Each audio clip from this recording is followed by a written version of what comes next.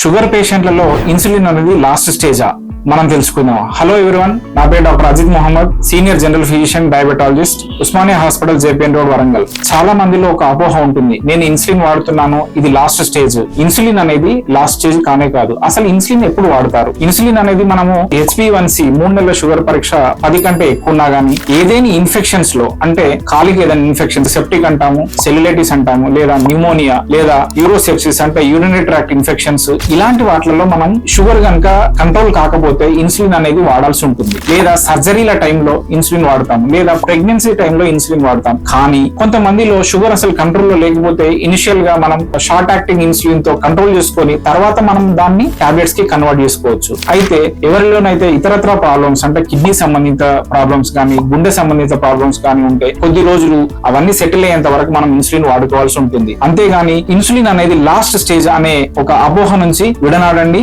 Insulin అనేది చాలా మంచిది టాబ్లెట్స్ తో కంపేర్ చేస్తే. మీకు ఇన్సులిన్ మీద గానీ లేదా షుగర్ మీద గానీ ఇంకేదైనా అనుమానాలు ఉంటే కామెంట్ బాక్స్ లో కామెంట్ చేయండి. లేదా మీ ఇంట్లో ఎవరికైనా షుగర్ ఉండి వాళ్ళు ఇన్సులిన్ గురించి భయపడుతున్నట్టయితే ఈ వీడియోని వాళ్ళకి షేర్ చేయండి. Thank you.